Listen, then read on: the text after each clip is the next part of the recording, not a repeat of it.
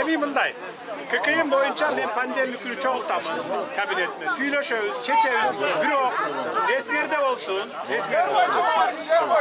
ККМ болбой сайын биз салыктардын бардыгын толук ала албай атабыз. ККМ болбой сайын. Контрабанда менен алып келип туруп, базарларга чачыратып таратып кетип калып атат дагы, анан патентке списать этип иштеп атат. Миллиарддаган налог бизге бюджетке түшпөй калып атат. Анан келип кыйкырасыңар, мектеп салып бер дейсиңер, жол куруп бер дейсиңер, садик салып бер дейсиңер, светти кымбаттатпа дейсиңер. Мен анын баарын асмандан албайм да. Асмандан түшпөйт. Баарын контролго алышыбыз керек. Акыры барып бир 21-чи кылымдын жашоосуна өтүшүбүз керекпи? Өтүшүбүз керек. Угуп тургула, токтогула, миш айтып келе. Казакстан, Өзбекстан, Россия бизден 15-20 жыл мурун эле өтүп кеткен ошол системага.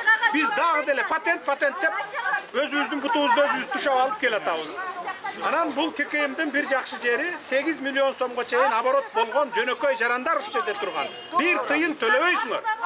Ошону жакшы билип алгыла. Эч кандай бухгалтердин кереги жок силерге. Жөн гана саткан товарыңарга чек жазып бергиле.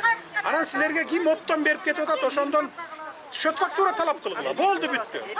Алар эми мынакей орто байлардан эң жогорку олигархтарга чейин жеткен 30 жылдан бери. Мына ошолор оптом сатат силерге алып келип, бир тыйын налог төлөбөйт, а силер налог төлөп атасыңар, патентке акча төлөп атасыңар. Айтыңыз. Биз урматтуу Нарын шаарынын тургундары, мен бияка рабочий сапарым менен келдим, иш сапарым менен.